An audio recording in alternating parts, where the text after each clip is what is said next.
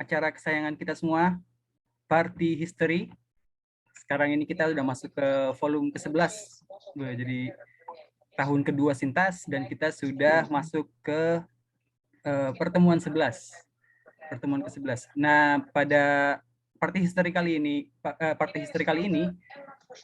kita sekaligus merayakan Hari Ibu dan Hari Konferensi Perempuan Indonesia yang pertama pada tahun 1928, dan ya Party History ini kali ini niatnya mau menjadi menjadi upaya baru untuk kita memaknai ulang sebenarnya Hari Ibu.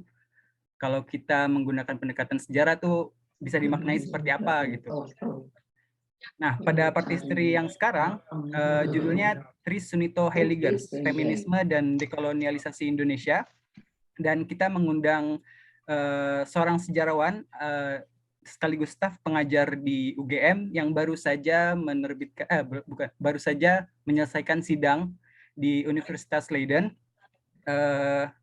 Dr. Widya Fitrianingsih MA telah hadir bersama kita sekarang, dan tema ini adalah salah satu kutipan atau salah satu bagian dari disertasinya yang bercerita tentang kisah-kisah perempuan eksil dan kisah ibu-ibu pada masa kemerdekaan dan track record-nya gitu. Dan pada diskusi kali ini kita akan dipandu oleh Patrick Matanasi, seorang sejarawan dan penulis sejarah dari historia.id. Selamat sore Mas Patrick. Nah, nanti Mas Patrick lah yang akan memandu diskusi pada sore hari ini. Sebelumnya ingin memperkenalkan sejarah lintas batas sedikit. Jadi sejarah lintas batas adalah sebuah asosiasi profesi lintas bidang yang ingin memajukan kebudayaan melalui kerja-kerja kesejarahan. Jadi meskipun sejarah lintas batas, tapi kita sebenarnya lintas profesi ya. Ada sejarawan, ada museolog, ada arsiparis, dan banyak profesi lainnya yang sama-sama mempunyai interest untuk memajukan ekosistem sejarah. Nah, Party History ini adalah salah satu program diskusi rutin yang diadakan setiap bulan.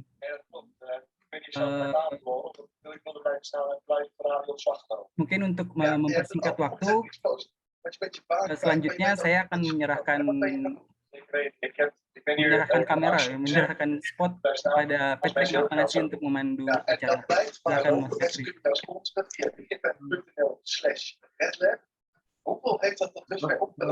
Selamat sore dan salam sejahtera kawan-kawan semua dimanapun Anda sekalian berada. Semoga sehat-sehat selalu dan berbahagia selalu dimanapun. Dan senang sekali kita bisa bersama-sama dalam Party History, yang mana pada hari ini kita akan bicara tentang Tris Sunito Heiligers, Feminisme, Dekolonialisasi Indonesia dan Kemanusiaan. Ini adalah materi yang nanti akan dipaparkan oleh pembicara kita, yaitu Mbak Widya Fitrianingsih, salah seorang peneliti dan staf pengajar UGM. Ternyata beliau ini punya karya tulis ilmiah yang sangat banyak. Itu adalah sesuatu yang tidak bisa saya lakukan gitu. Nah, hari ini bertepatan dengan Hari Ibu, dan dalam sejarahnya Hari Ibu itu ternyata lebih sangar daripada yang orang-orang bayangkan. Mungkin latar belakang sejarah Hari Ibu itu mungkin bagi banyak orang dianggap ya mungkin sebuah sejarah yang kalem-kalem aja, tapi ternyata tidak seperti itu, karena Hari Ibu itu lahir sebagai bagian dari gerakan perempuan di era pergerakan nasional. Baiklah, mohon maaf kalau saya agak grogi teman-teman. Terkait dengan temanya Mbak Widya kali ini, saya agak-agak tergelitik dengan bagaimana masyarakat Indonesia kebanyakan menyikapi adanya perkawinan campuran antara orang Indonesia atau orang-orang dari ras Eropa, dan sebagian orang menganggap itu luar biasa begitu ya. Tapi puluhan tahun silam begitu, ada beberapa pemuda Indonesia menikahi perempuan berdarah Eropa begitu ya, yang mana biasanya di masa itu mereka tergolong sebagai orang-orang yang cukup maju. Hebatnya lagi, banyak perempuan-perempuan ini kemudian ikut bergelut dengan suaminya dalam proses kemerdekaan Indonesia. Tanpa menunggu lama, mari kita persilakan kepada Mbak Widya. Mohon Mbak Widya memunculkan diri. Silahkan. Halo, halo, selamat sore. Ya, halo, salam sejahtera semuanya. Terima kasih Mas Patrick. Saya rasanya sudah sering mendengar dan atau membaca nama Mas Patrick ini, walaupun baru sekarang bisa bertemu secara virtual. Juga terima kasih kepada penyelenggara, terutama rekan-rekan Sintas ya, yang telah memberikan kesempatan kepada saya untuk bisa berbagi dan menjadi pemantik diskusi sore ini. Juga terima kasih kepada rekan-rekan baik yang lama maupun yang baru. Salam kenal bagi rekan-rekan yang baru saya temui. Terima kasih sudah meluangkan waktunya, dan di sini saya merasa terhormat sekali karena tadi saya lihat ada Tante Wati dan Om Sunito. Beliau berdua ini adalah putra-putri dari Ibu Tris Sunito Hellegers yang akan kita bahas pada sore hari ini. Dan juga saya jadi teringat belum sempat sowan atau mampir ke rumahnya Om Sunito. Mudah-mudahan nanti saya bisa segera punya waktu untuk mampir ya ke sana. Baik, jadi tadi sudah saya sampaikan, ini sudah beberapa bulan saya tidak menyentuh disertasi saya, dan pada kesempatan ini saya kembali membaca ulang dan ingin berbagi sedikit atau sebagian dari apa yang sudah saya tulis. Ini sebagai juga bagian dari pertanggungjawaban publik saya ya. Dan apa yang saya tulis ini kan waktu itu saya defense di Vrije Universiteit Amsterdam, dan mungkin banyak di antara teman-teman yang juga tidak mengetahui sebetulnya Mbak Widya ini nulis apa sih gitu ya. Ya, jadi ini adalah bagian dari disertasi saya yang berjudul, atau saya share screen dulu ya. Sebentar, saya hampir lupa. Monggo Mbak, silakan Mbak. Ya. Pasti menarik. Ya, dan izin mematikan kamera nanti kalau misalnya tiba-tiba jaringannya tidak stabil ya. Dimaklumi Mbak. Monggo Mbak, lanjut Mbak. Menarik ini, menarik. Ya, sudah terlihat ya. Ya. Nah, kenapa tidak bisa di? Ya. Ini adalah sebagian dari disertasi saya, dan di sini covernya adalah Tris Sunito Hellegers dan Raden Mas Sunito, suaminya. Saya sebetulnya punya misi tertentu kenapa menggunakan cover ini, karena memang tidak banyak yang tahu dari beberapa figur yang saya tulis. Mungkin hanya Tris Sunito Hellegers ini yang orang Indonesia, ataupun bahkan ketika saya mendapat kesempatan untuk mempresentasikan riset saya di Rijksmuseum, juga ada beberapa yang orang Belanda sendiri dan juga aktivis perempuan di sana tidak tahu siapa tokoh ini gitu. Disertasi saya ini fokus pada socio-political engagement atau keterlibatan sosial politik para perempuan yang saya kategorikan sebagai engaged women dalam pembentukan negara bangsa. Yang berkait kelindan dengan gerakan dekolonial, perang dingin, dan juga pembentukan negara dunia ketiga atau Third World Project, atau dalam terminologi atau konsepsinya Soekarno itu disebut sebagai the new emerging forces. Perlu juga dicatat bahwa Third World Project bagi perempuan dalam konteks ini tentu lebih emansipatif, karena kita tahu bahwa terminologi ini pada periode berikutnya mengalami peyorasi dan selalu dikait-eratkan dan identik dengan persoalan politik dan ekonomi negara-negara yang dikategorikan sebagai negara berkembang. Nah, tetapi bagi para perempuan ini, Third World Project atau pembentukan negara dunia ketiga ini bukan sekedar proyek seperti yang disebutkan oleh Vijay Prashad, tetapi sebagai sebuah skema untuk melepaskan diri dari kekuasaan dan hak-hak istimewa bekas penjajah atau para Cold War player, pemain Perang Dunia II ya, atau para pemain Perang Dunia II. Ini saya juga agak grogi nih di sini, perang dingin ya, seperti yang dikonseptualisasikan oleh Soekarno, tapi bagi mereka dunia ketiga ini adalah dunia baru, masa depan mereka, to love, to live, to hope, ya, untuk hidup, untuk mencintai dan untuk mewujudkan harapan dan idealisme mereka. Namun pada kesempatan ini saya hanya akan fokus pada salah satu figur, ya, tadi sudah disebutkan, yaitu Ibu Tris Sunito Hellegers. Sebelum itu perlu rasanya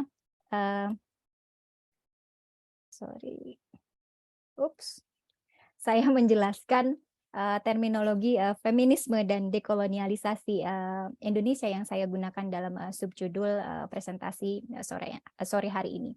Dan ketika berbicara atau menyoal feminisme, saya rasa tepat ya waktunya hari ini gitu ya, bertepatan dengan Hari Ibu yang hampir selalu dimaknai sama dengan Mother's Day, padahal sebetulnya kalau melihat akar sejarahnya tadi juga sudah disinggung bahwa Hari Ibu ini bertepatan dan dicetuskan di Bandung ya tahun 1935 pada saat Kongres Perempuan, itu memang untuk semacam apa ya, menasbihkan perempuan sebagai ibu bangsa, tetapi bukan dalam pengertian domestik, tetapi bagaimana kemudian perempuan juga ikut terlibat dalam pembentukan atau pada saat itu proses pembentukan negara bangsa atau the nation state formation. Jadi saya rasa tepat ketika kita berbincang soal Tris Sunito Hellegers dan perannya, kemudian juga menyoal feminisme dan dekolonialisasi Indonesia. Walaupun ketika kita menyoal feminisme, memang terminologi ini memang melekat erat pada konteks masyarakat Barat.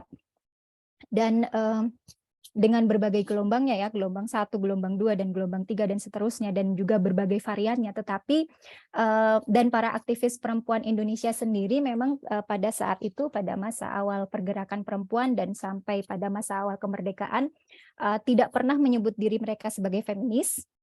Namun saya sengaja menggunakan terminologi ini untuk merujuk pada segala bentuk aktivitas untuk mencapai kesetaraan yang masih terus diupayakan hingga kini gitu loh. Dan ini mungkin juga menjadi bahan renungan kita dalam pada saat ini gitu, dan ketika kita saat ini memperingati Hari Ibu gitu loh, bagaimana kemudian perempuan juga terus mengupayakan upaya-upaya untuk mencapai kesetaraan itu. Dan nanti kita lihat bagaimana kemudian aktivitas-aktivitas atau upaya pencapaian kesetaraan ini mewujud dalam pergerakan yang pada periode yang saya bicarakan 1940-an 1960-an ini mewujud dan boleh dimatikan mungkin Mbak layarnya kalau kalau seumpama terasa berat. Mau Mbak dilanjut? Ya. Ya baik, mohon maaf sekali ini saya harus mematikan layar karena persoalan jaringan. Jadi bagaimana kemudian aktivitas-aktivitas ini, upaya-upaya pencapaian kesetaraan ini, bagaimana kemudian perempuan terlibat dalam berbagai aktivitas sosial dan politik ini mewujud dalam pergerakan yang became entangled atau terkait erat dengan gerakan dekolonial gitu. Kemudian alih-alih dekolonisasi yang juga terminologi yang sering dipakai di Indonesia dan oleh para historian di luar ya, di Barat, saya menggunakan sebetulnya dalam disertasi saya menggunakan decolonial movement, meminjam istilah Walter Mignolo yang maknanya sebetulnya kurang lebih sama dengan dekolonialisasi yang mulai sering disebut-sebut oleh sejarawan Indonesia, khususnya Profesor Bambang Purwanto. Dan kedua term ini merujuk pada proses pembebasan yang lebih kompleks, yang terkait tidak saja pada tindakan, tetapi juga pola pikir ya, dan lainnya. Dan dalam konteks Indonesia, ketika menyoal dekolonisasi ini penting untuk kembali ke pandangan Soekarno tentang dekolonisasi. Dalam pidatonya pada peringatan 10 tahun Konferensi Asia Afrika pada tahun 1965, Soekarno mengungkapkan keengganannya terhadap istilah ini, terhadap istilah dekolonisasi, yang sering disebut-sebut dengan bangga oleh mantan penguasa kolonial di dalam sidang Perserikatan Bangsa-Bangsa. Soekarno menyatakan bahwa dekolonisasi ini terdengar terlalu manis untuk perjuangan Indonesia atau perjuangan rakyat Asia, dan seringkali tidak lain adalah penipuan dalam prakteknya. Soekarno lebih lanjut menyatakan bahwa ini dicontohkan oleh bagaimana Federasi Malaya dan seperti halnya Arab Selatan telah dibentuk di bawah slogan dekolonisasi itu. Namun bagaimanapun dekolonisasi ini kan merupakan konsep yang sudah established ya, yang sudah mapan. Jadi saya juga sulit untuk menghindari terminologi ini. Sekaligus juga di sisi yang lain terminologi ini memang tidak menguntungkan orang Asia, khususnya Indonesia. Sehingga jalan tengahnya adalah saya hanya menggunakan terminologi dekolonisasi untuk merujuk pada proses politik di tahun 1940-an, khususnya persoalan transfer kekuasaan yang berakhir pada 1945. Dan menggunakan term dekolonial atau dekolonialisasi untuk merujuk pada proses-proses di luar proses tersebut tadi. Oke.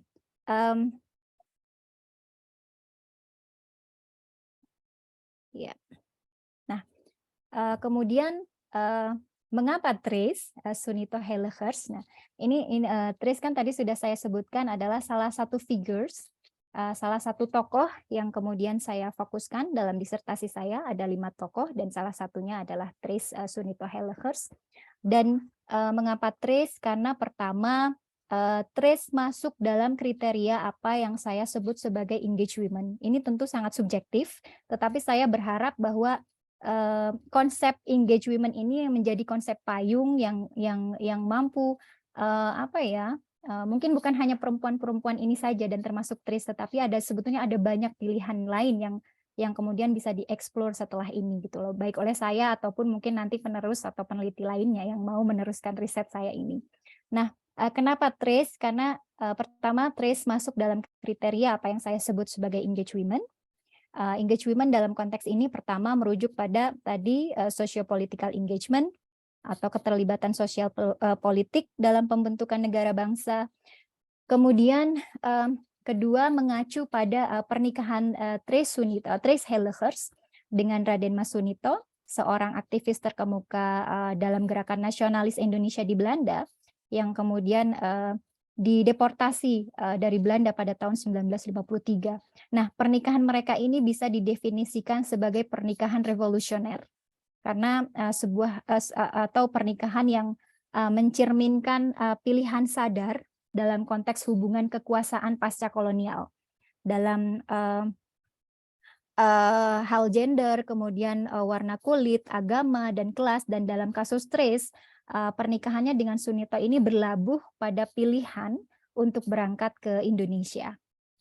Kemudian yang kedua, tentu saja kenapa saya fokus pada engaged women dalam hal ini khususnya Trace Sunito Hellegers, ya ini untuk melepaskan diri dari kerangka historiografi yang negara sentris, atau unhinging the national framework, yakni kerangka historiografi yang didominasi oleh narasi tentang peran-peran elit laki-laki, abai terhadap narasi commoners atau orang biasa, kemudian kaum marginal, perempuan, kemudian dalam hal ini juga perempuan Eropa ya yang pada saat itu dianggap sebagai minoritas bahkan sampai saat ini ya, dan mengingkari narasi yang tidak sesuai dengan kepentingan negara.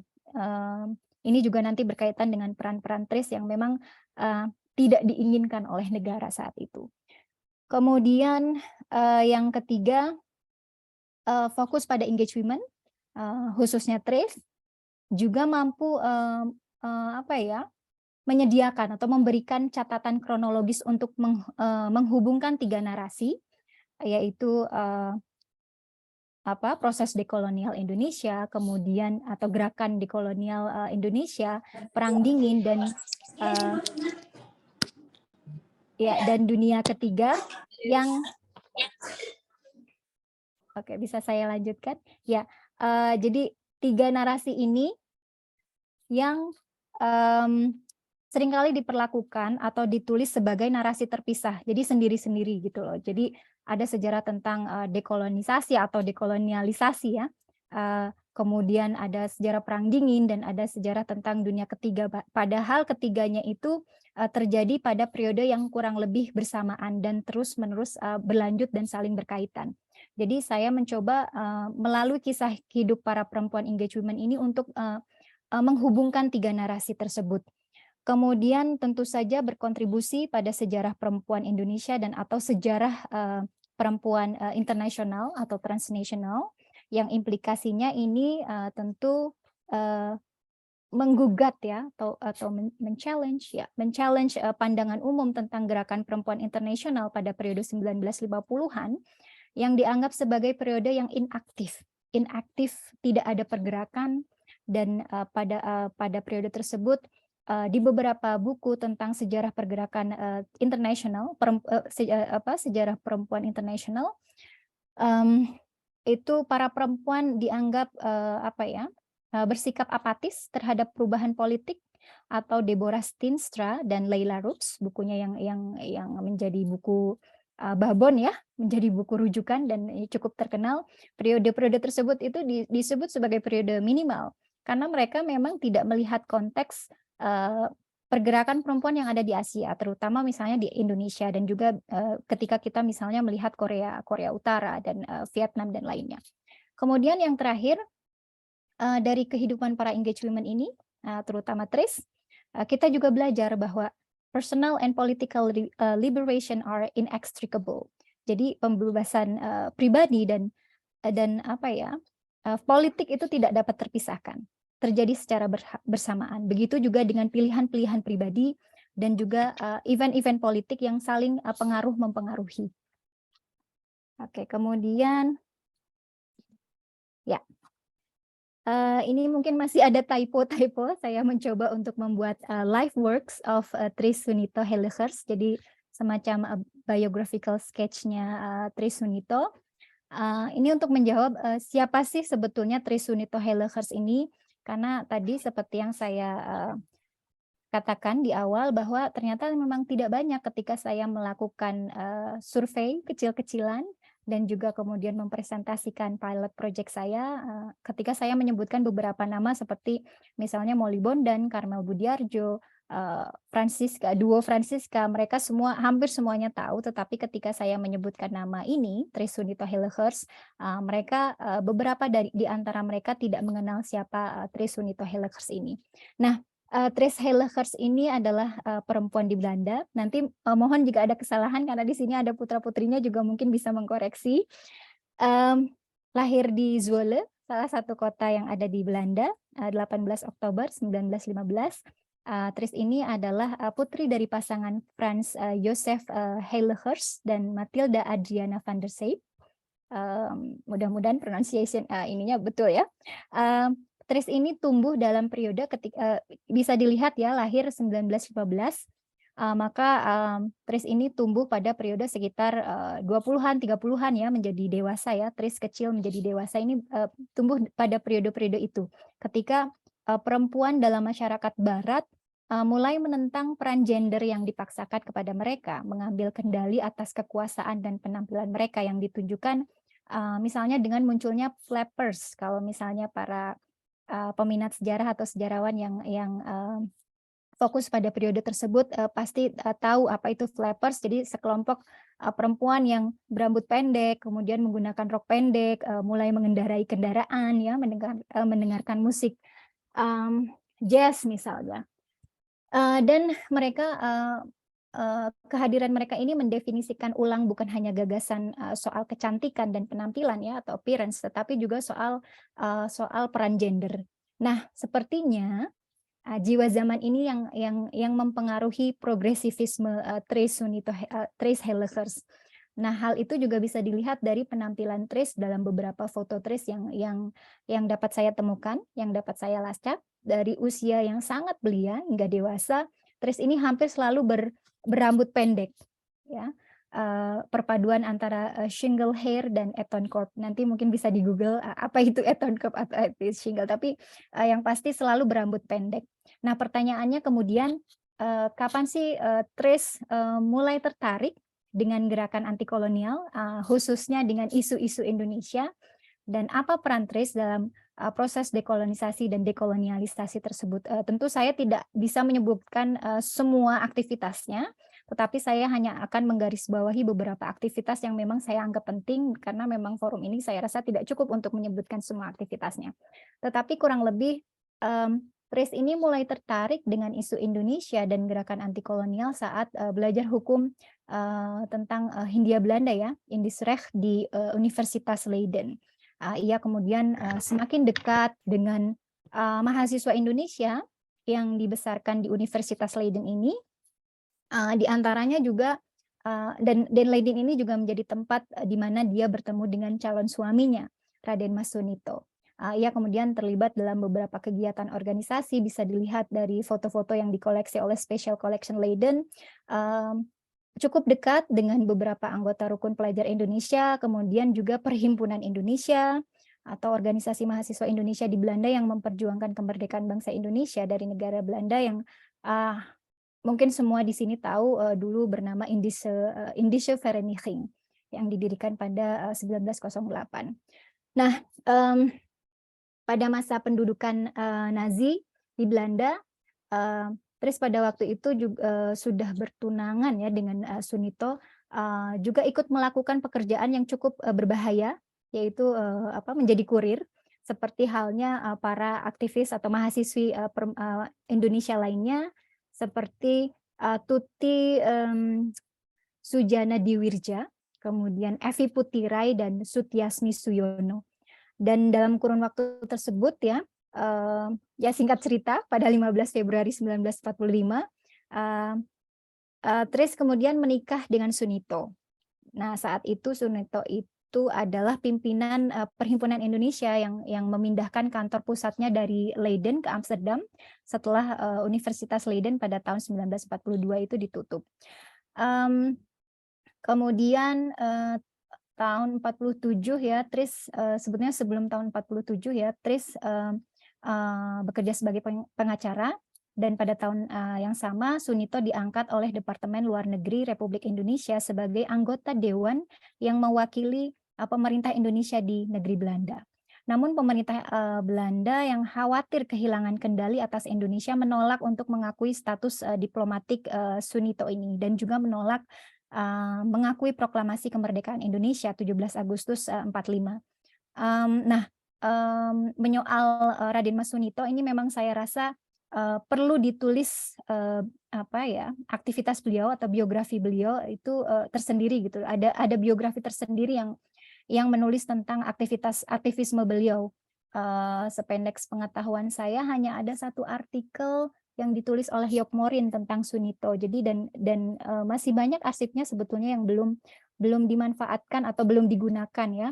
Jadi memang perlu sekali rasanya untuk menulis Raden Mas Sunito ini menjadi dikaji secara tersendiri gitu, secara khusus.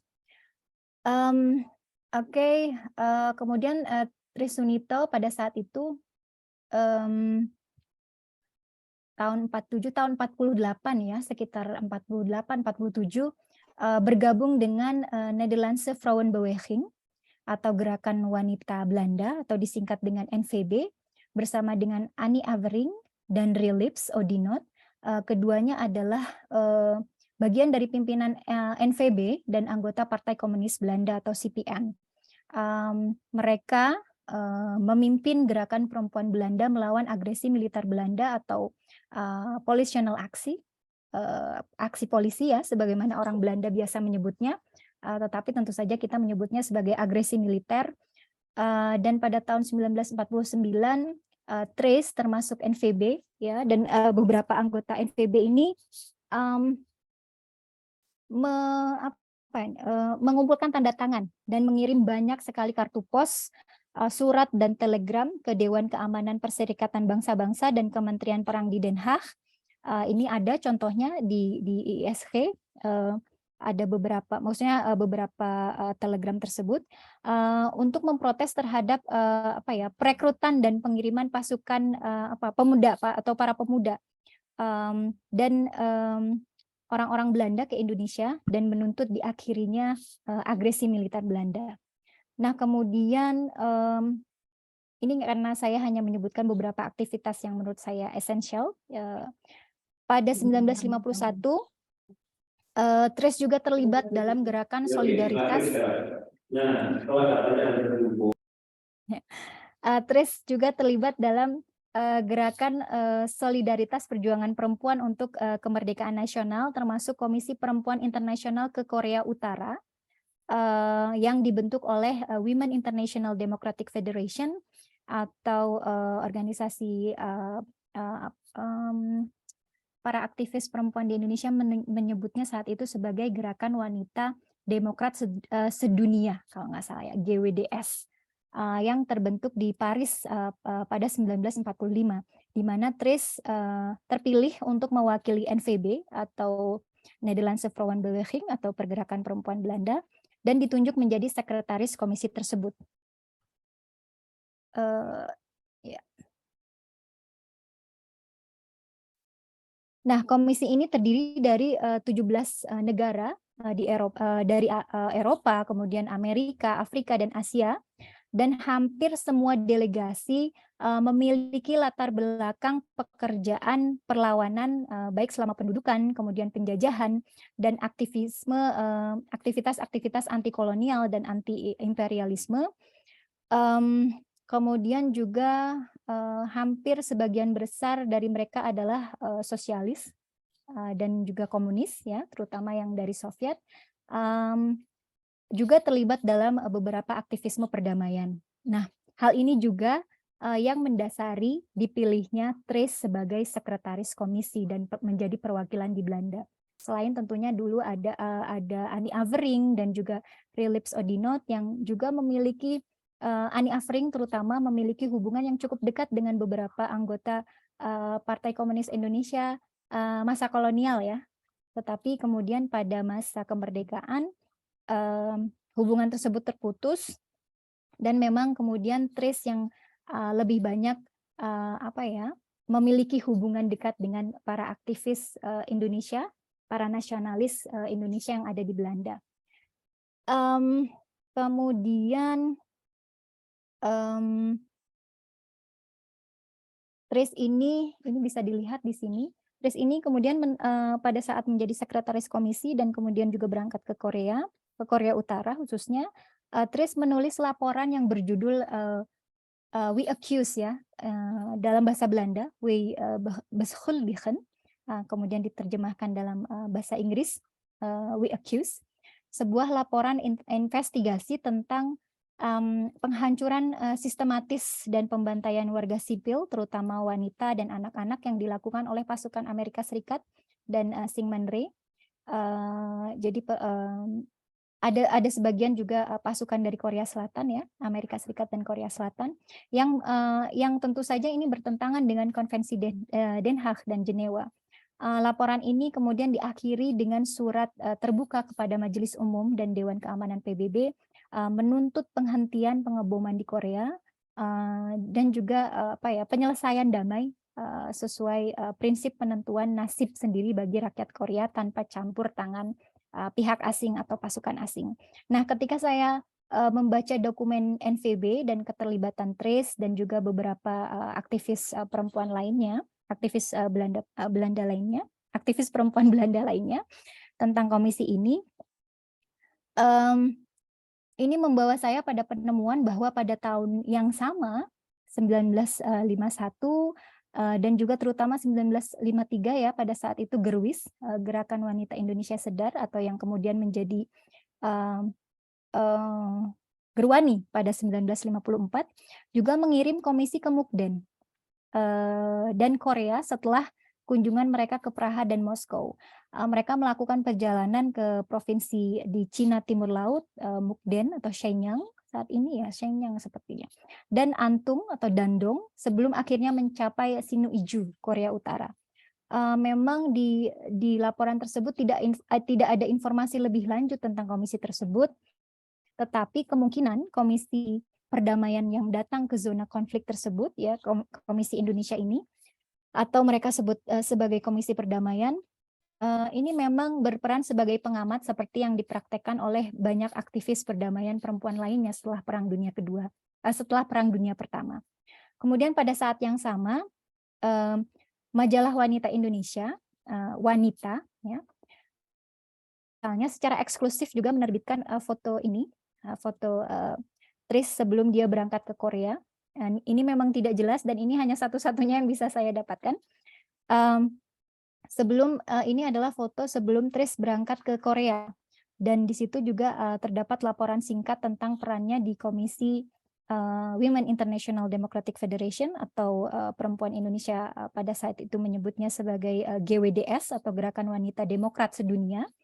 Dan publikasi tersebut bagaimanapun bukan hanya menjadi penanda solidaritas untuk perempuan dan anak-anak di Korea, tetapi juga bagaimana kemudian perempuan Indonesia pada saat itu sudah mengenal Tris dan menghargai apa yang dilakukan oleh Tris yang juga dikenal akan komitmennya terhadap gerakan perdamaian serta pergerakan nasional Indonesia. Keterlibatan Tris dalam komisi ini juga menyebabkan ia, seperti halnya aktivis perempuan lainnya, baik di Jerman ataupun beberapa anggota komisi ini, ya, misalnya Hilde Chan atau Lili Wachter, mendapat pengawasan yang cukup ketat dari pemerintah Belanda. Dan pada saat yang bersamaan, tahun 51-52 ya, atau 53 ya, Sunito ditangkap dan kemudian dideportasi pada tahun 1953 dari Belanda untuk alasan yang kurang jelas, namun kemungkinan karena aktivismenya selama di Belanda. Nah, terkait alasan pengusiran tersebut, saya pernah mencoba untuk mengakses surat dari Kementerian Pertahanan yang ada di Belanda setelah cukup lama kemudian mendapatkan izin, dan memang di situ ternyata hanya satu lembar ya, hanya selembar kertas, dan memang tidak secara spesifik menyebutkan alasan pengusiran Sunito dan Go pada saat itu ya, Go Gichuan. Di situ memang dijelaskan karena memang keterlibatan dia ya dalam pergerakan nasional Indonesia di Belanda, dan juga sepertinya memang keterlibatan Sunito dengan beberapa aktivitas yang disponsori oleh Partai Komunis Belanda atau CPM. Ya, tetapi memang surat itu pun juga hanya satu lembar, dan saya pun juga tidak begitu jelas bisa menangkap sebetulnya apa sih alasan Sunito ini ditangkap dan kemudian dideportasi. Kemudian Tris memutuskan untuk mengikuti suaminya, walaupun dia juga sebetulnya punya pilihan untuk menetap di Belanda bersama putra-putrinya, tetapi dia memilih untuk berangkat ke Indonesia dan tiba di Indonesia pada 13 Februari 1953, dan ada beberapa surat kabar baik di Indonesia ataupun di Belanda yang memberitakan soal keberangkatan dan juga kedatangan atau ketibaan Tris Sunito atau Sunito beserta keluarganya, di mana mereka disambut dengan sangat meriah oleh rakyat Indonesia di bandara pada saat itu. Dan di Indonesia, ketika sudah tiba di Indonesia, Tris tidak secara otomatis menjadi warga negara, tetapi kemudian Tris secara sadar memilih menjadi warga negara Indonesia. Kemudian juga dia bekerja sebagai editor Api Kartini, tetapi ini memang saya hanya menemukannya di satu edisi saja, ya. Api Kartini atau majalahnya Gerwani ya, itu hanya ada di satu edisi di mana disebutkan di situ Tris Sunito menjadi editor dari majalah tersebut. Tetapi saya tidak menemukan nama beliau nama Tris Sunito di beberapa majalah Api Kartini lainnya yang bisa saya temukan. Di samping itu dia juga bekerja sebagai pengacara, dia juga kemudian bekerja sebagai pengacara juga di Bank Dagang Negara atau BDN, dulu Eskomto Bank Eskomto ya. Kemudian juga pernah menjadi juru bahasa di Kementerian Luar Negeri dan bendahara Himpunan Sarjana Indonesia, dan ini yang kemudian menghubungkan Tris dengan beberapa perempuan-perempuan asing lainnya yang kemudian menjadi warga negara, misalnya dengan terutama Karmel Budiarjo, di mana Karmel juga menjadi salah satu penasehat bukan penasehat ya, tetapi salah satu pimpinan salah satu divisi dari Himpunan Sarjana Indonesia. Ini saya temukan di koleksinya Leclerc ya, yang disimpan di Special Collection di Leiden. Tris juga pernah menjadi pada setelah peristiwa gerakan 30 September, Tris juga pernah ditunjuk menjadi pengacara dari Nyono, salah satu pimpinan PKI, dan juga beberapa anggota Gerwani yang memang ditangkap tanpa diadili terlebih dahulu. Namun yang saya ingin soroti adalah keterlibatan Tris dalam menghubungkan Gerwani dengan beberapa organisasi, terutama organisasi di luar Indonesia, terutama NVB, Nederlandse Vrouwenbeweging. Meskipun memang Tris tidak pernah mendeklarasikan diri sebagai anggota Gerwani seperti halnya Francisca Vanggidai di dalam diary-nya yang memang menyebutkan dia adalah anggota Gerwani dan dia juga anggota PKI, tetapi memang kemudian Francisca Vanggidai lebih memilih untuk lebih aktif dalam Partai Komunis Indonesia ya, karena Gerwani dianggap terlalu lemah lembut gitu. Tetapi Tris sendiri di sini keterlibatan dia menjadi editor dan kemudian menjadi penghubung antara beberapa anggota Gerwani, baik Umi Sarjono, kemudian Hurustiati Subandrio, Sulami dan lainnya dengan petinggi-petinggi yang ada di NVB. Ini juga menunjukkan bagaimana Tris ini juga cukup bersimpati dengan organisasi perempuan ini. Ya, ini juga salah satu hasil di mana Tris juga berhasil memediasi hubungan antara Gerwani dan NVB, di mana kemudian NVB juga berhasil mengumpulkan dana, kemudian bisa hadir dalam pembentukan Gerwani pada tahun 1954. Semula itu Gerwis ya, Gerakan Wanita Indonesia Sedar, kemudian menjadi Gerwani pada 1954. Kemudian juga karena hubungan-hubungan yang baik ini, singkatnya ya, karena ini ceritanya masih sangat panjang, tetapi singkatnya pada saat terjadi ada 5 menit, Mbak. Oh iya, oke. Konflik Irian Barat, ya ini saya jadi terburu-buru karena nanti bisa dibaca dalam disertasi saya atau nanti yang memang sedang akan saya edit ya untuk menjadi buku. Menjembatani hubungan tentu karena memang setelah agresi militer 1 dan 2 hubungannya menjadi kurang baik, terutama juga beberapa anggota. Jika kita melihat sejarah pergerakan perempuan di Indonesia, beberapa anggota terutama KOWANI ya, Federasi Organisasi Pergerakan Perempuan Indonesia kan menarik diri ya dari keanggotaannya di berbagai federasi pergerakan perempuan internasional, baik Women International Democratic Federation ataupun beberapa federasi organisasi yang ada di Amerika.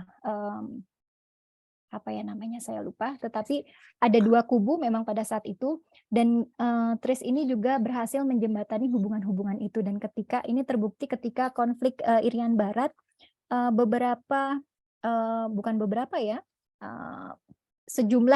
sejumlah perempuan di Belanda dan utamanya adalah para anggota NVB ini juga kembali lagi mengirimkan surat, kemudian mengirimkan petisi dan juga mengumpulkan beberapa tanda tangan dari para ibu-ibu untuk tidak protes terhadap pengiriman para pemuda yang dipaksa untuk melakukan wajib militer dan kemudian dikirim ke Irian Barat.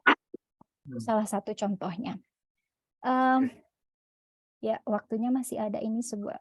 Oke, jadi kesimpulannya, karena waktunya sudah habis. Menarik Mbak. Ya. Yang jelas dari kisah hidup Tris ini kita dapat melihat bagaimana gerakan dekolonial berhasil menghancurkan struktur sosial yang ada. Jadi dalam konteks revolusi, terutama dalam hal hubungan sosial ya, relasi sosial, bagaimana kemudian gerakan dekolonial ini mengkerangkai hubungan yang melibatkan cinta, kemudian emosi itu ya didekonstruksi. Terbukti ketika masyarakat pada periode ini memberikan ruang yang cukup baik kepada laki-laki atau perempuan untuk memilih dan mewujudkan harapan, cita-cita dan cinta tanpa memandang agama, kelas, suku dan kebangsaan. Itu kan berbeda sekali dengan struktur masyarakat pada masa kolonial gitu loh. Pada masa kemerdekaan ini semua orang bebas mendefinisikan apa itu merdeka, apa itu menjadi bebas.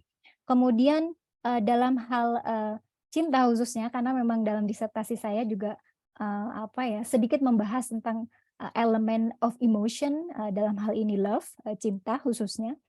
Ini bukanlah jargon atau emosi yang hanya memiliki satu makna, tetapi itu bergerak melampaui alam keintiman emosional pribadi, itu menjadi terjerat dalam jaringan hasrat dan komitmen yang sangat kompleks, yang berasal dari idealisme, kemudian pilihan rasional, dan nilai-nilai kemanusiaan yang terkait dengan pekerjaan dan aktivitas mereka. Kemudian di sini juga bisa dilihat bagaimana kewarganegaraan ini sebagai sebuah proses sejarah, bukan hanya sekedar sebagai political entitlement. Kemudian yang terakhir, karena ini menyoal feminisme juga, bahwa aktivitas dan engagement para perempuan ini juga membantah narasi sejarah konvensional soal feminisme transnasional yang berasal dari perjuangan perempuan di Eropa dan Amerika, di mana hanya 2 periode dari gerakan ini yang diidentifikasi, yaitu gelombang pertama dan kedua yang masing-masing terjadi pada tahun 1930-an dan 1960-an, yang secara terang-terangan mengecualikan peran dan pengalaman para perempuan di negara-negara yang baru merdeka. Dengan demikian dalam kasus Gerakan Perempuan Indonesia, melihat kasus Tris dan para perempuan yang saya kategorikan sebagai engaged women, feminisme gelombang kedua ini justru terjadi lebih awal di Asia, khususnya di Indonesia daripada di Barat. Dan gelombang ini adalah gelombang yang terjerat dengan gerakan dekolonial, gerakan pembebasan. Terima kasih. Sama-sama, Mbak. Oke, menarik sekali para pendengar semuanya. Saya lihat di sini ada lebih dari 40 pendengar ya. Terima kasih para pendengar yang menyimak. Terima kasih Mbak Widya dengan paparannya. Sangat menarik sekali dan wow, saya agak terperangah sekali. Begini ya, sebenarnya kemerdekaan Indonesia itu didukung oleh semesta ya. Jadi omong kosong besar kalau kemerdekaan Indonesia itu hanya diperjuangkan oleh orang-orang Indonesia, terutama yang katanya orang-orang Indonesia asli itu. Jadi kenyataannya tidak benar begitu, karena tadi Mbak Widya sudah bercerita panjang lebar dan ini baru sedikit dari yang dimiliki Mbak Widya terkait pembicaraan kita hari ini. Di sekolah kita selalu diajari bahwasanya orang yang memperjuangkan Indonesia itu kan orang-orang Indonesia asli, yang katanya ya dari golongan yang itu tuh gitu ya, golongan yang merasa dirinya paling ini loh, kami inilah yang memperjuangkan kemerdekaan, tapi kenyataannya tidak seperti itu, karena kemerdekaan bangsa Indonesia itu dukungan dari segala pihak juga, perjuangan dari banyak pihak juga, dan Ibu Tris ini saya kira hanya salah satu. Selain itu kan ada Muli Bondan dan mungkin ada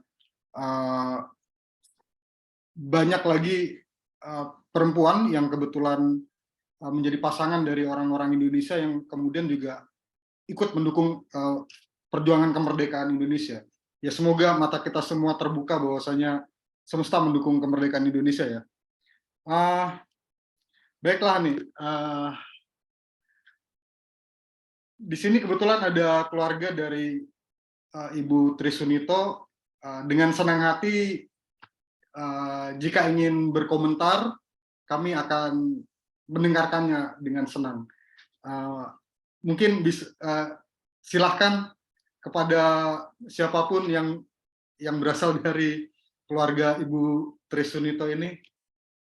Ya, tidak banyak yang mengenal beliau dan saya harap akan lebih banyak lagi yang mengenal Ibu Tris dan juga perempuan dari luar Indonesia tapi sebenarnya berjasa dalam perjuangan kemerdekaan Indonesia. Silahkan dari keluarga Ibu Tris. Udah. Ya, saya bisa mungkin ya mewakili, saya anak dari Tri Sunito. Oke, halo Pak. Selamat Silakan Pak. semuanya. Ya, menarik mendengar Saudari Widya tadi. Saya hanya ya sedikit berempati dengan Saudara Widya, karena menurut saya meneliti Tri Sunito nggak mudah, karena dia bukan orang yang suka keluar begitu ya. Dia biasanya di latar belakang, dan juga di Belanda, karena begini, di Belanda satu-satunya partai dan gerakan yang mendukung revolusi kemerdekaan Indonesia itu adalah Partai Komunis, dan gerakan-gerakan perempuan seperti NVP itu yang gerakan perempuan progresif ya, kiri gitu ya. Dan itu umumnya dari golongan-golongan buruh dan sebagainya. Dan ibu saya sebagai golongan quote unquote elit begitu di Belanda, juga merasa kikuk, saya rasa di situ ya, sehingga tidak mau terlalu menonjolkan diri ya. Dan begitu juga di Indonesia ya. Di Indonesia lebih lagi, karena dia seorang Belanda, dia menjadi bagian dari direksi dari bank besar ya, yang kemudian menjadi Bank Dagang Negara ya. Dan di dalam posisi seperti itu, Trace saya rasa merasa, dan juga karena dia orang kulit putih, tidak comfortable ya untuk terlalu berdiri di depan ya, karena itu juga aktivitasnya selalu ada di belakang begitu ya, seperti tadi dikemukakan, hubungan dan sebagainya gitu. Saya rasa itu sedikit banyak menerangkan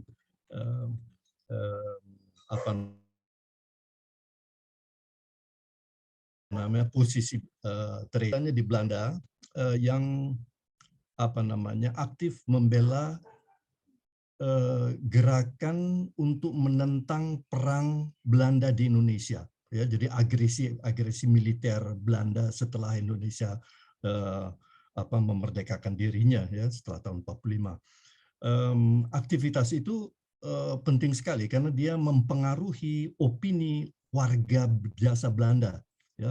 Dan ternyata mungkin yang kita tidak begitu tahu bahwa besar sekali bagian dari warga Belanda yang sebetulnya menentang agresi Belanda ke Indonesia ya. 40% dari warga Belanda itu boleh dikatakan menentang. Dan beliau juga ikut aktif membela pemuda-pemuda Indonesia yang kemudian menentang atau tidak mau dikirim ke Indonesia untuk menjadi serdadu Belanda ya, memerangi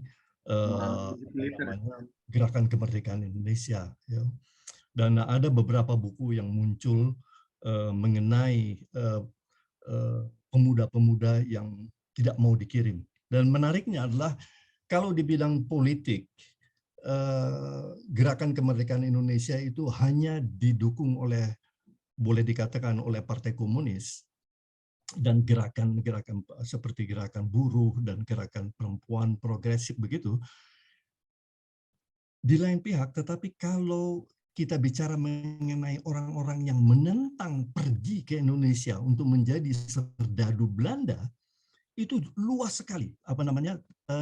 Mereka datang dari beragam kategori masyarakat Belanda, dan bukan saja hanya dari golongan kiri saja gitu ya, tetapi juga dari banyak sekali dari golongan-golongan yang secara politik tidak aktif, tetapi mereka menolak untuk pergi berperang dan membunuh begitu sebagai serdadu atas keyakinan pasifis ya, dan juga keyakinan Kristen ya. Itu menarik. Jadi gerakannya luas, gerakan yang menentang agresi Belanda di dalam Belanda sendiri itu luas dan dari beragam kategori masyarakat gitu.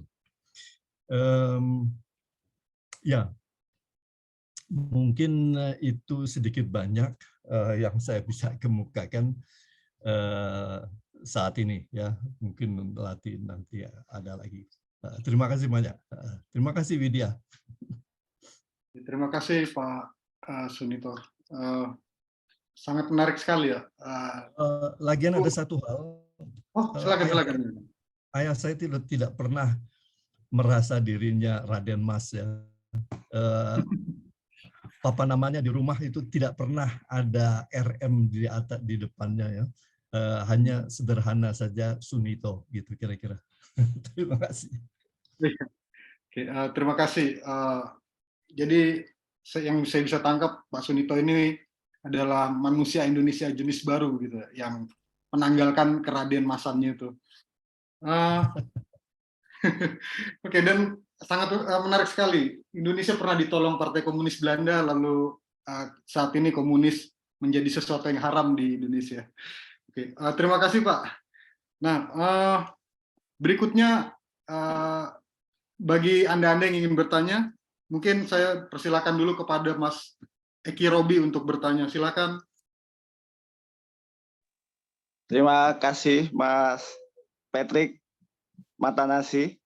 Apakah suara terdengar saya, Mas? Oke, terdengar. Aman, Mas. Monggo, Mas. Iya. Terima kasih banyak atas kesempatannya untuk bertanya. Ini adalah salah satu hasil riset yang sangat lezat sekali terkait dengan penulisan sejarah bersama ya, Mas ya. Sejauh ini kan sudah mulai dikembangkan. Nggak tahu ini apakah di Indonesia sudah mulai populer juga. Terakhir buku yang saya baca tentang serdadu Belanda di Indonesia sepertinya, di mana kesaksian-kesaksian di balik mereka yang dikirim ke Indonesia itu berbeda dengan apa yang diterima mereka di Belanda gitu. Nah, pertanyaan saya untuk Ibu Tris Heiliger ini, bagaimana pemerintah Belanda juga melihat beliau gitu kan? Karena tadi disampaikan juga bahwa Raden Mas Sunito ini kan dideportasi gitu ya dari Belanda seperti itu, sedangkan Ibu Tris Heiliger ini akhirnya kan ikut suaminya. Dan juga sejauh mana keterlibatan Ibu Tris ini ide-idenya itu mempengaruhi Gerwani terutama dan juga gerakan perempuan sesudahnya. Karena tadi disampaikan juga bahwa ide dekolonialisasi ini juga memang kita nggak bisa memungkiri terkait dekat dengan kiri itu, walaupun sesudah 65 kita tahu sendiri bahwa kiri itu seolah-olah haram gitu ya Mas ya. Tapi sebagai seorang sejarawan kan kita nggak melihat itu, tapi kita melihat bagaimana dua sisi ini bisa saling berjalan bersama-sama gitu, melihatnya tidak hanya Indonesia sentris tapi juga Belanda sentris. Mungkin itu saja dari saya, Mas Patrick. Terima kasih. Terima kasih Mas Eki. Mungkin Mbak Widya bisa langsung saja. Iya. Silakan Mbak. Baik, terima kasih. Mohon maaf ini saya mematikan kamera. Santai Mbak. Yang penting bisa ya lancar. Ya tadi terima kasih juga ulasannya Om Sunito, dan sebenarnya ada Tante Wati juga. Betul sekali, memang ada berbagai macam varian gerakan yang mendukung kemerdekaan Indonesia, bukan hanya Partai Komunis Belanda dan juga dalam hal ini khususnya pergerakan perempuan, tetapi juga ada para kaum sosialis yang memang diwakili oleh gerakan pemuda misalnya. Karena kalau melihat sejarahnya misalnya hubungan antara Hatta dengan Roland Holst itu kan juga mencerminkan bagaimana kemudian hubungan antara pemuda Indonesia dan para seniman, para intelektual dan para pemuda yang ada di Belanda, dan juga ini menjadi satu bagian atau pembahasan yang menarik juga jika kita mau fokus pada juga gerakan transnasional pemuda Indonesia gitu, bukan karena saya membahas tentang gerakan secara tidak langsung pada akhirnya membahas tentang gerakan transnasional perempuan Indonesia yang juga berkaitan dengan gerakan mahasiswa dan gerakan pemuda Indonesia, tetapi saya rasa memang perlu ada kajian khusus tersendiri tentang gerakan-gerakan pemuda dan mahasiswa transnasional Indonesia, karena pada periode ini bisa kita simpulkan dan mungkin bahkan sampai saat ini bahwa apa yang terjadi di Indonesia ini memang tidak bisa lepas dari konteks global gitu loh. Kemudian tadi dengan pertanyaan Mas Eki Robi, bisa di-highlight Mas pertanyaannya, diingatkan kembali. Maaf. Oke, poin pentingnya apa, Mas? Iya, terkait dengan ini apa namanya kedekatan ide Ibu Tris Heileger itu yang pertama dengan gerakan wanita di Indonesia, terus juga bagaimana tadi kan sampaikan juga bahwa keluarga Raden Mas Sunito datang setelah dideportasi dari Belanda ini kan juga disambut juga di Indonesia. Nah ini pandangan, apakah ada informasi bahwa Ibu Tris di Belanda ini juga mendapatkan hal yang serupa karena Ibu Tris kan ikut suami nih yang dideportasi gitu kan ke Indonesia seperti itu. Dan juga sejauh mana ide Ibu Tris Heileger ini terhadap perkembangan gerakan perempuan di Indonesia terutama mungkin sebelum 65 ya Bu Widya, karena setelah 65 kita melihat ya banyak sekali hal-hal yang terkait dengan perempuan di babat habis sampai ke akar-akarnya. Mungkin itu aja Bu Widya. Ya, baik. Terima kasih. Perlu digarisbawahi bahwa Tris Sunito Heilegers ini, Tris Heilegers pada saat itu sebelum kemudian menikah dengan Sunito, sudah mempunyai ketertarikan dengan isu-isu atau persoalan ketidakadilan, kemudian juga anti kolonialisme dan juga persoalan-persoalan kemanusiaan. Jadi bahkan sebelum menikah dengan Sunito, dan ini menguat ketika beliau bertemu dengan rekan-rekan dari Indonesia dan juga bergabung dengan NVB, dan terutama setelah bergabung dengan NVB kan ini sudah menikah ya, tetapi perlu digarisbawahi bahwa sebelum menikah pun mereka Tris Sunito ini sudah concern terhadap persoalan-persoalan ketidakadilan dan kemanusiaan. Sama halnya dengan perempuan-perempuan lainnya yang saya bahas, karena kelima dari perempuan yang saya bahas dalam disertasi saya ini memiliki kesamaan. Mereka sudah sangat concern dengan persoalan kemanusiaan, kemudian ketidakadilan, terlepas dari latar belakang mereka. Misalnya Karmel Budiarjo yang memang dari keluarga Yahudi yang sangat antifasis, kemudian misalnya Molly Bondan yang terpapar oleh gerakan teosofisme, kemudian Francisca Vangidae dengan sosialismenya dan sebagainya. Kemudian mengenai bagaimana sih pandangan orang Belanda sendiri ya terhadap Tris ini, kira-kira begitu ya.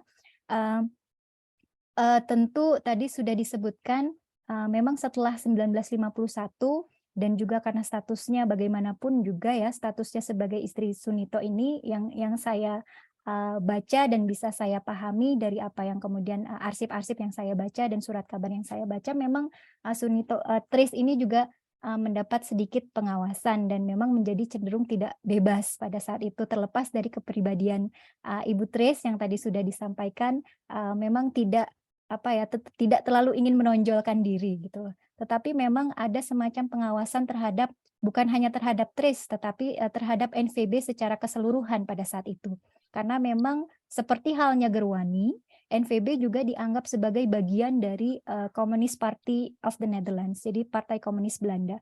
Walaupun misalnya Relips pada sidang NVB menyatakan bahwa memang organisasi ini terpisah, walaupun memiliki ideologi yang kurang lebih sama dengan Partai Komunis Belanda dan memiliki idealisme yang sama, tetapi NVB ini terpisah ya dari Partai Komunis Belanda, seperti halnya misalnya Gerwani yang dianggap sebagai onderbouwnya PKI gitu loh pada saat itu. Dan tentu karena di Belanda sendiri kan ada beberapa organisasi yang cukup konservatif pada saat itu, dan ini juga, nah ini kenapa kemudian melalui narasi-narasi perempuan ini justru saya bisa menghubungkan narasi-narasi perang dingin ya, karena ini juga sangat dipengaruhi oleh polarisasi yang terjadi pada masa Perang Dingin. Bagaimana kemudian Amerika Serikat sedemikian rupa juga mensupport beberapa organisasi perempuan yang ada di Belanda, terutama mereka yang punya afiliasi misalnya dengan beberapa agama Katolik misalnya, walaupun tidak semuanya. Kemudian juga mereka fokus juga pada ibu-ibu rumah tangga pada saat itu. Dan jika kita melihat pergerakan perempuan di Indonesia, di Belanda pada saat itu tidak lebih maju dari apa yang kemudian terjadi di Indonesia. Karena concern-nya lain. Apa yang terjadi di Indonesia, kemudian apa yang kemudian dinamakan sebagai dunia ketiga oleh para perempuan ini dan dimaknai sebagai dunia baru untuk bisa mewujudkan idealismenya, karena memang di negeri asalnya mereka sendiri, mereka kemudian hampir tidak punya tempat untuk mewujudkan idealisme itu, terutama misalnya di Belanda. Karena memang pada saat itu di Belanda justru gerakan perempuan pada akhirnya didomestifikasi. Misalnya contoh kecil saja, misalnya perempuan pada periode tersebut tidak bisa membuka rekening bank kalau misalnya tidak atas nama suami atau tidak ditemani oleh suami atau sebagai walinya. Salah satu contohnya seperti itu. Dan kemudian memang beberapa produk sengaja, jika kita melihat sejarah Perang Dingin, bagaimana kemudian Amerika Serikat mensupport dan mengekspor dan mengirimkan barang-barang produk rumah tangga ke Belanda sedemikian rupa, dan kemudian beberapa konferensi yang diadakan di Belanda itu memang mencoba untuk menarik para perempuan dari keterlibatan mereka dalam kegiatan politik. Tetapi bagaimana kemudian Amerika Serikat ini juga mempunyai peran atau andil mendomestifikasi perempuan yang ada di Belanda dan mendukung kepentingan politik mereka dengan juga memberi bantuan pendidikan dan sebagainya gitu. Kemudian di Indonesia sendiri, karena memang sebelum Tris beremigrasi ke Indonesia dan menjadi Indonesia, dan dalam suratnya saya membaca bahwa memang Tris sendiri juga mengidentifikasi diri sebagai Indonesia, ya. Dia tidak mengidentifikasi sebagai Belanda, tetapi mengidentifikasi diri sebagai Indonesia. Itu juga terbukti ketika kemudian ketika setelah 65 sempat kembali ke Belanda, tetapi kemudian kembali ke Indonesia, ya, dan memang memilih tinggal dan menetap di Indonesia dan ada wafat di Bogor, ya, tahun 2003. Misalnya dalam konferensi buruh, Tris sempat juga berpidato dalam konferensi buruh tentang bagaimana persoalan upah antara pekerja laki-laki dan perempuan di Indonesia masih mungkin bisa setara, tetapi tidak dengan di Belanda. Tris pernah menyebutkan hal tersebut. Ya, bagaimana di Indonesia sebetulnya peluang bagi perempuan untuk menjadi setara itu terbuka lebar. Karena memang gerakan perempuan pada saat itu juga sangat progresif dibandingkan dengan pergerakan-pergerakan yang mulai surut yang ada di Belanda maupun Eropa secara umum, bahkan di Soviet, ya, karena ketika di Soviet pun semua hal yang dilakukan oleh perempuan yang merupakan member dari CPSU, Communist Party, ya, of Soviet Union, itu juga harus selalu mendapat izin dari atas, dari pusat. Tidak demikian dengan Gerwani yang sebetulnya bisa lebih bebas gitu loh. Dan ketika menyoal gerakan transnasional perempuan ini, sebetulnya hampir tidak mendapat pengawasan atau diawasi sebetulnya apa yang dilakukan oleh Gerwani. Berbeda misalnya dengan, saya harus sebutkan di sini misalnya Perwari, sama-sama keduanya kan merupakan anggota dari Federasi Korps Wanita Indonesia, ya, Kewani, tetapi Perwari memang pada tahun 1958 ini menandatangani perjanjian dengan ABRI, bagaimana kemudian Perwari dan anggotanya termasuk istri-istri para pejabat yang kemudian ada Dharma Wanita dan sebagainya, ini akar sejarahnya di situ, ya. Kemudian istri-istri atau member dari aparatur sipil itu memang diminta untuk menandatangani kerjasama dengan ABRI. Dengan ini disebutkan letter luck, ya, ABRI gitu.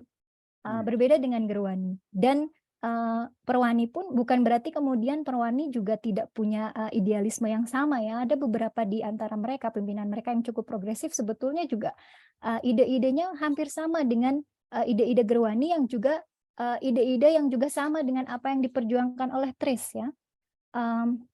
Tetapi memang mereka cenderung jauh lebih terbatas karena ketika konferensi pun mendapat biaya dari pemerintah, karena pada saat itu ini juga lagi-lagi soal Perang Dingin. Pada saat itu Perdana Menteri kita kan berubah-berubah, kebijakannya pun berubah-berubah. Indonesia bisa dibilang memang sangat oportunis, ya, dalam melihat kesempatan. Dalam beberapa periode bisa sangat mendukung Amerika, di periode yang lain bisa sangat mendukung Soviet. Dan juga di akhir pemerintahan Soekarno memang kita melihat bahwa memang Soekarno cenderung lebih memihak pada kelompok kiri, Soviet dan juga Cina sebetulnya. Walaupun pada saat itu Cina dan Soviet sudah Halo. punya konflik. Ada Ya? lagi yang mau nanya, Mbak. Oh ya, oke. Terima kasih. Ya kira-kira seperti itu. Saya percaya Mbak Wit ini menjawabnya sangat panjang dan lebar sekali karena karena memang menurut saya ini sangat jarang sekali dibahas begitu ya, dan banyak publik tidak begitu wacana tentang sejarah pergerakan perempuan memang ya, kalau menurut saya sih biarpun banyak diteliti ya, tapi masih harus terus lagi digali terus dan lalu di-share ke publik gitu ya. Oke. Ini Mbak, ada pertanyaan ada yang mau bertanya lagi dari Mas Wiwin Eko Santoso. Silakan Mas Wiwin, mohon maaf.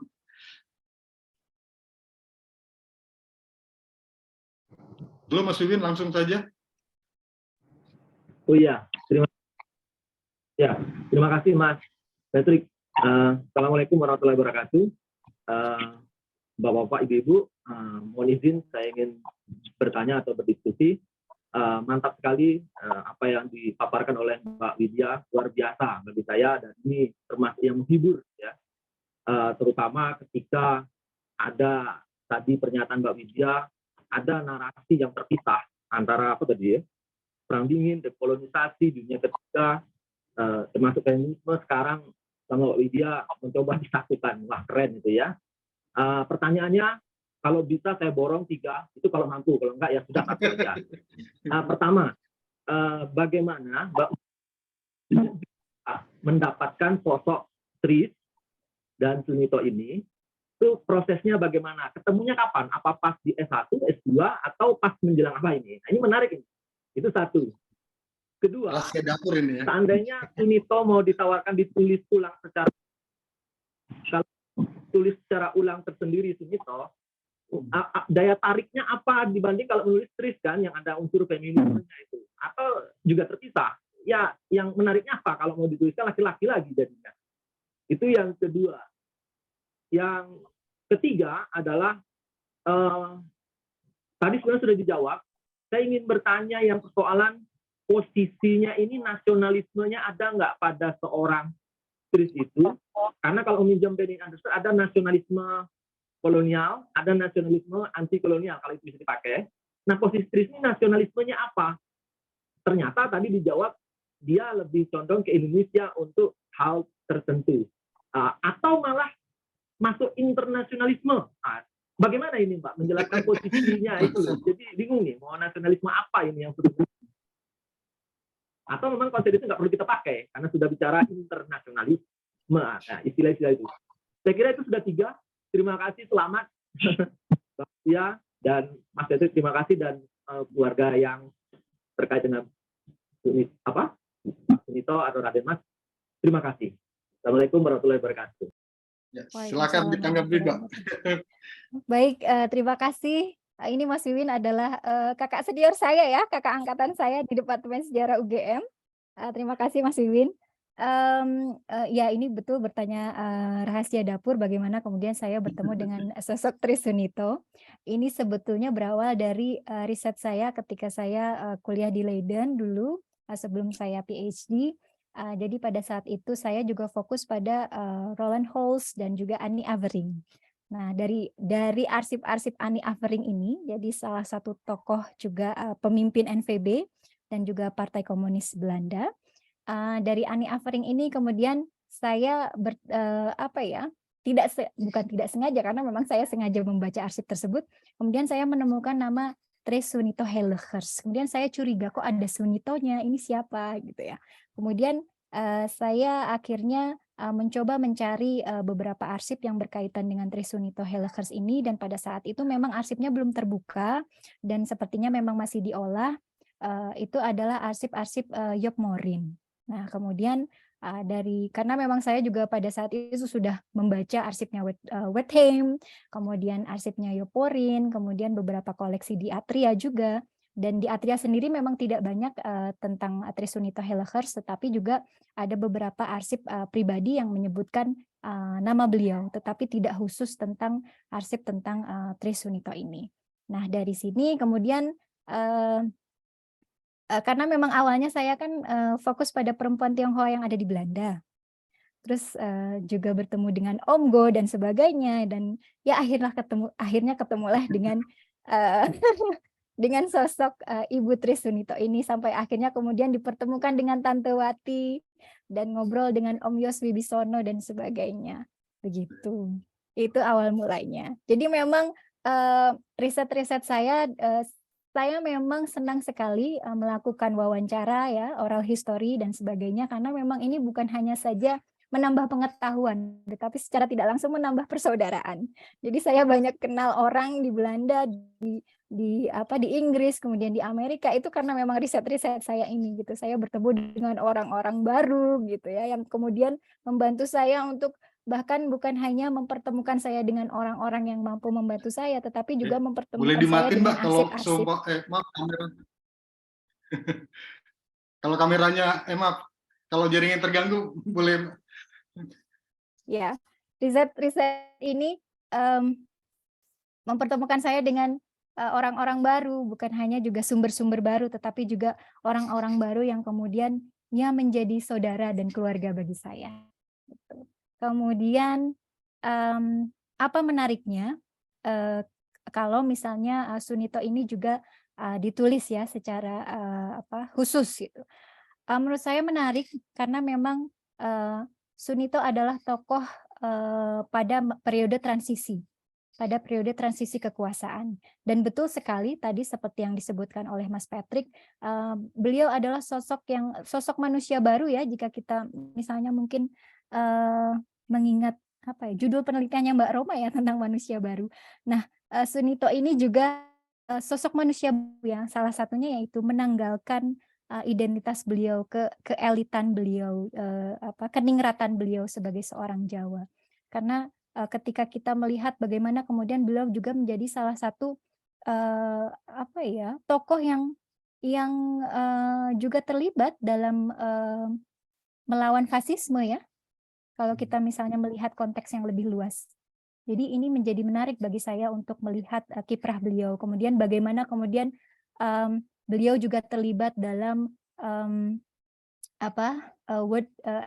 WFDY, World Federation of Democratic Youth, dan bagaimana kemudian jadi organisasi-organisasi kepemudaan yang diikuti oleh Sunito, itu juga menarik bagaimana kemudian beliau menjadi salah satu delegasi yang dikirim ke Amerika.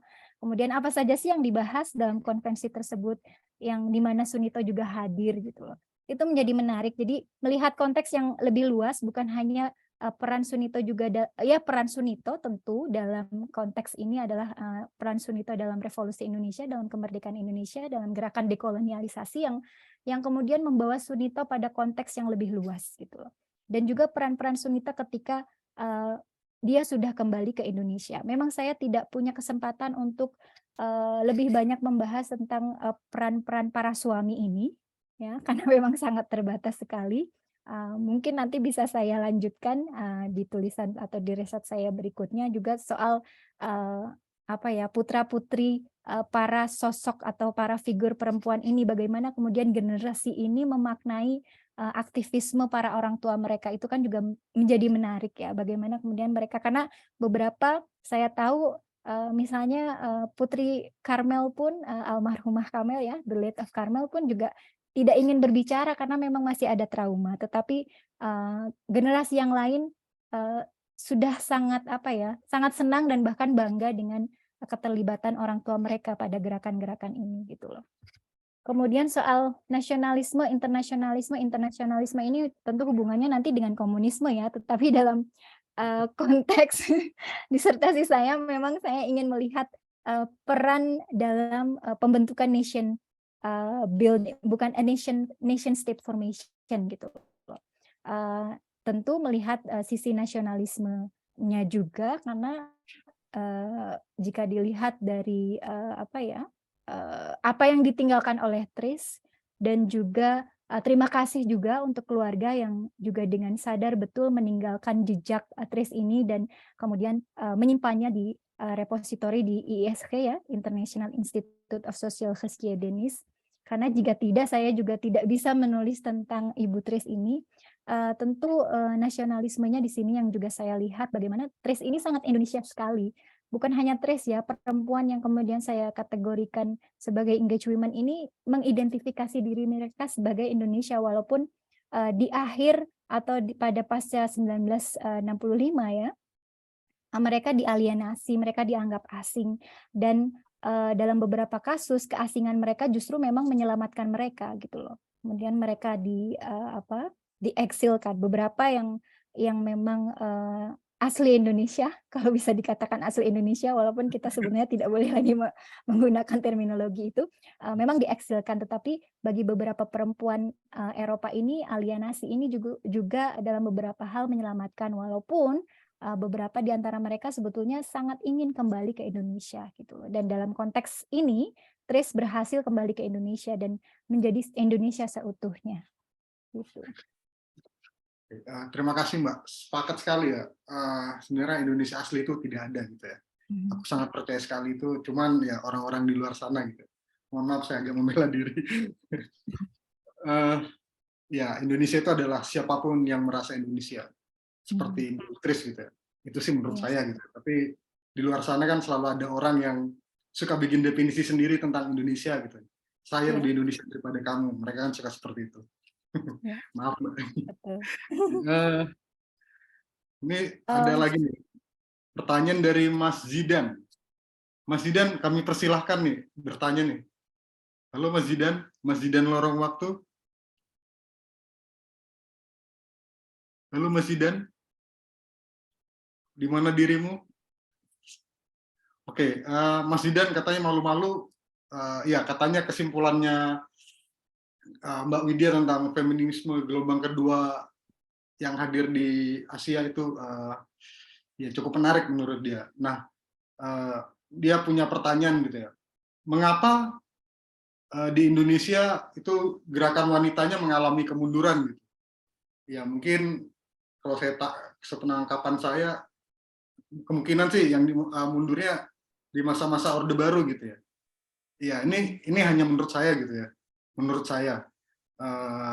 Ya mungkin soalnya yang saya tahu itu gerakan perempuan yang paling didukung oleh Orde Baru adalah Dharma Wanita gitu ya. Nggak, saya hanya bercanda. Jadi pertanyaannya adalah kenapa gerakan perempuan mengalami kemunduran? Dan pertanyaan keduanya, apakah pernah ada teks yang ditulis oleh seorang feminis dunia ketiga? Kira-kira begitu Mbak. Monggo Mbak.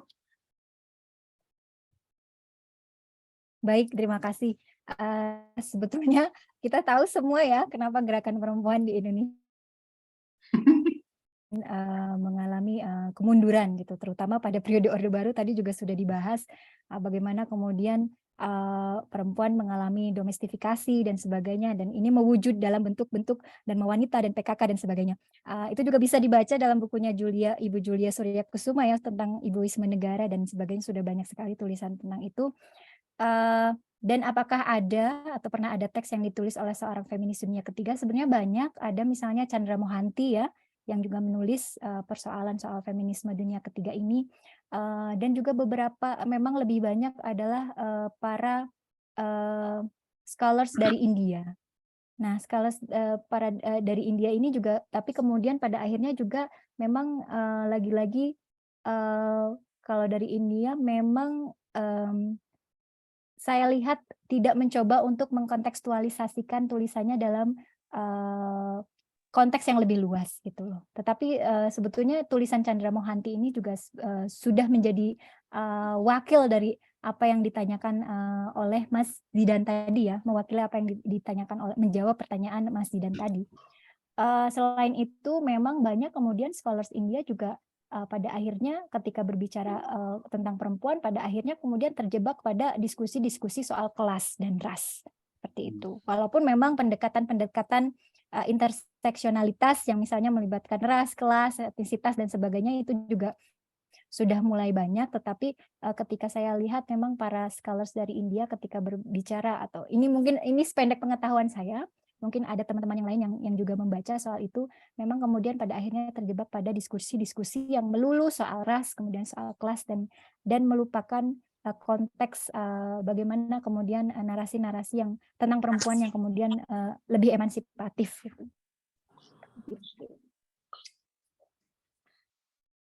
Oke.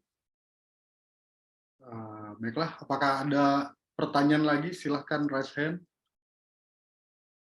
Mungkin Tante Wati ingin menyampaikan sesuatu. Iya. Oh ya, boleh. Silakan. Ini akan menjadi apa ya? Rekaman dokumen yang menarik ini. Dengan senang hati, Tante Wati, silahkan. Kami sangat senang sekali. Aduh, ini sangat mendadak ini. Terima kasih. Tapi saya terima kasih sekali pada Widya untuk disertasinya yang cukup mendalam. Saya sedang membaca, belum sampai yang ketiga yang mengenai ibu saya sendiri. Jadi ini semua masih baru informasinya. Tentunya banyak yang saya tahu dari keluarga sendiri, tapi saya lahir tahun 56. Jadi waktu saya masih kecil sekali untuk bisa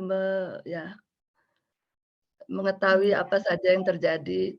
Dan sekarang di masa tua kami lebih mau mengetahui apa saja bagaimana ini orang tua kami, karena saya banyak juga membaca, loh kok ini mengenai ayahku, oh ini kok mengenai ibuku.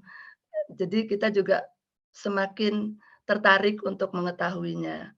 Jadi saya sangat terima kasih untuk tulisan-tulisan Widya. Dan kalau ke Belanda mampir lagi. Baik. Terima kasih. Iya, terima kasih Tante. Ini juga terima kasih kepada Sintas menjadi ajang silaturahmi. Terima kasih. Menarik sekali. Apakah ada lagi? Mungkin satu pertanyaan lagi. Tidak harus bertanya, tapi juga boleh menanggapi ya. Boleh berkomentar. Ya, berkomentar juga boleh. Oke, ini maaf. Silakan Mbak Sari Sugondo. Monggo. Ya, selamat malam semuanya. Saya juga hanya sekedar memberikan apresiasi ke Mbak Widya. Terima kasih banyak Mbak atas disertasinya. Saya ini hitungannya keluarga sebetulnya. Jadi Eyang putri saya adalah kakak dari Eyang Sunito. Jadi saya panggil Oma Trace dan Eyang Nito. Jadi malam ini tuh seperti forum reuni juga, dan promo mengenai acara ini sudah heboh di grup keluarga. Sayang mungkin tidak semua yang bisa hadir, tapi saya sangat tertarik. Jadi Oma Trace ini memang sejak dulu, dan keluarga besar Sunito sejak dulu, dan mungkin selamanya akan menjadi teladan bagi saya gitu ya, keluarga yang sangat hebat, sangat menarik. Dan tadi penjelasan Mbak Widya juga sangat membuka mata saya. Saya sendiri kan dibesarkan di masa di mana mungkin Gerwani itu sudah dibingkai sedemikian negatif ya Mbak ya. Tapi saya mendengarkan sekarang bahwa sesungguhnya bibit dari perjuangan pemberdayaan perempuan di mana Oma Trace juga turut bersimpati atau menghargai dalam konteks pemberdayaan perempuan dan kemandirian dan perjuangan beliau bahkan sampai ke Korea Utara itu juga baru saya ketahui saat ini. Jadi itu kan memang saya melihat keluarga kami seluruhnya sangat Indonesia, semuanya pejuang dengan caranya masing-masing. Saya ingat betul waktu saya kecil, ayah saya cerita bahwa Oma Trace dulu merupakan pembela atau kuasa hukum dari tokoh-tokoh PKI. Terus saya tanya kenapa gitu kan? Karena sudah dibingkai sedemikian buruk dulu kan. Lalu ya ayah saya juga cerita bahwa ya itu berdiri dalam posisi netral atas nama hak asasi manusia. Jadi diskursus itu tuh dibangun di keluarga kami. Jadi sangat menarik karena kebetulan ayah saya waktu bertugas dulu posisinya di Kopassus yang juga ditugasi untuk menangkap PKI, tapi kemudian kami berbincang, berdiskusi mengenai peran-peran lain dalam keluarga kami yang sangat menarik, dan kami menghormati semuanya secara profesional, dan menurut saya itu sangat memperkaya. Jadi saya pun belajar malam ini melihat semua dari spektrum yang lebih luas begitu ya. Dan terima kasih Mbak Widya, karena kan kalau kami bicara, saya bertemu Om Awan, Tante Wati, Tante Mea, kan dalam ruang privat kami tidak disusun sedemikian empirik ya.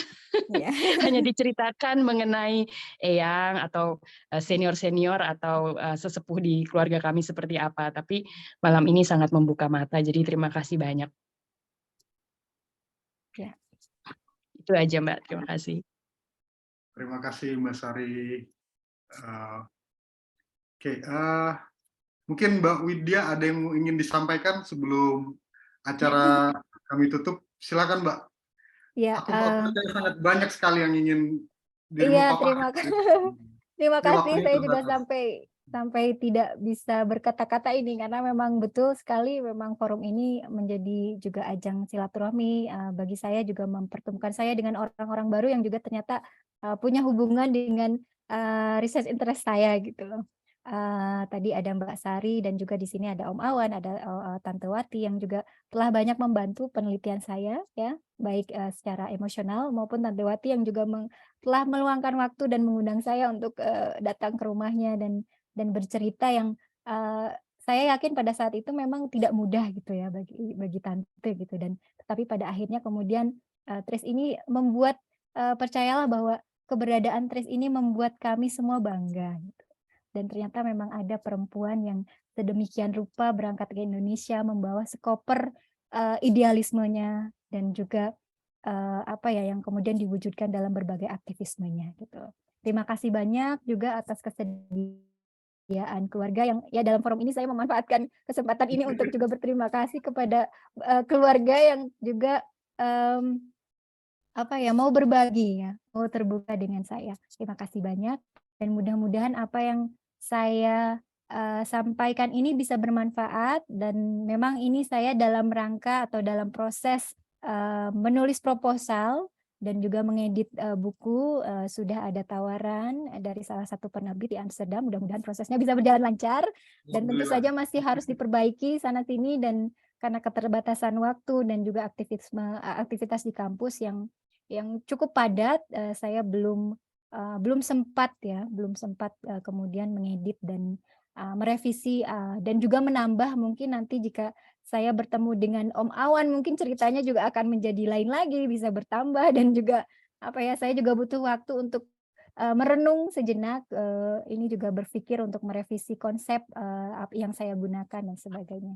Sekali lagi terima kasih kepada Sinta, juga kepada keluarga dan juga rekan-rekan yang bersedia mendengarkan apa yang saya paparkan.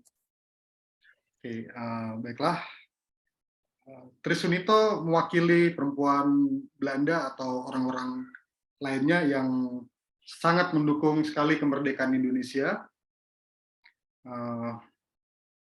Dan saya tidak akan menyimpulkan, karena ya mungkin teman-teman bisa menyimpulkannya sendiri. Waktu saya jadi guru sejarah pun saya nggak suka menyimpulkan. Jadi biarkan yang mendengar yang menyimpulkan, karena fakta sudah dijabarkan dengan panjang lebar. Saya tidak suka mendoktrin.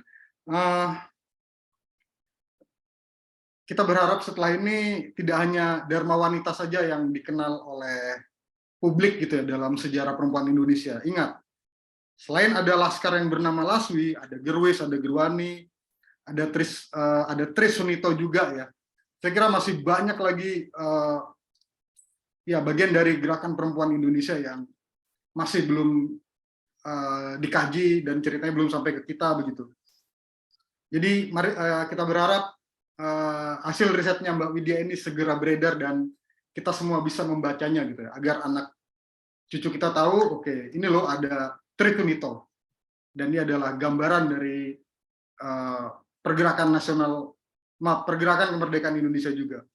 Baiklah, saya akhiri, saya ucapkan banyak-banyak terima kasih kepada para pendengar, kepada kawan-kawan Sintas yang memperjuangkan acara ini, kepada Mbak Widya yang telah berbagi hasil risetnya kepada kita, semoga terbit dan kami menunggu. Juga keluarga Pak Sunito dan Ibu Tri Sunito, terima kasih atas kehadiran dan berbagi ceritanya kepada kami, sangat menarik sekali. Dari saya sekian saja. Sampai jumpa dan sehat selalu. Acara saya kembalikan ke Mas Ausop. Silakan. Ya, terima kasih Mas Patrick dan Mbak Widya. Ya, kita telah melalui sebuah diskusi yang sangat panjang dan menarik ya. Harapannya semoga dengan diskusi ini kita bisa mendapatkan pemaknaan baru mengenai Hari Ibu Nasional atau mengenai gerakan perempuan secara umum. Sekedar informasi bagi peserta yang hadir sekarang, bagi yang ingin mendapatkan sertifikat bisa mengisi formulir dan absensi melalui tautan yang ada di kolom chat ya. Lalu insya Allah jika ingin menonton video ini kembali, menonton ulang atau tadi terlewat dan mau nonton, bisa disaksikan di YouTube Sejarah Lintas Batas. Tautannya juga ada di kolom chat.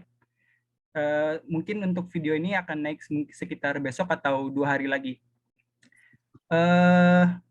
Ya, mungkin segitu saja. Terima kasih bagi seluruh hadirin yang telah setia. Terima kasih sekali lagi kepada Mbak Widya sebagai narasumber, kemudian Mas Patrick sebagai moderator,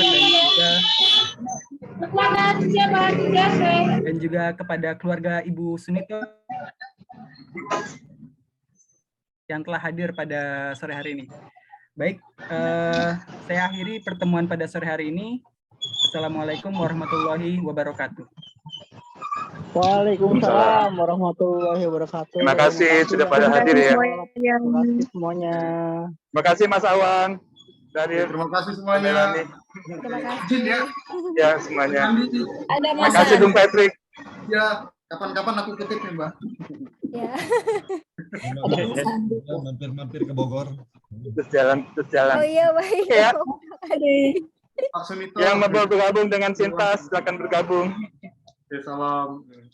Izin keluar. Salam, izin ya.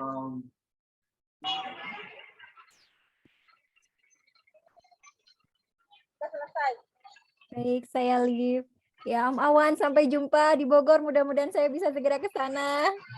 Ya, terima kasih. Ya, Pasti terima kasih. kita akan Terima kasih Widya ya.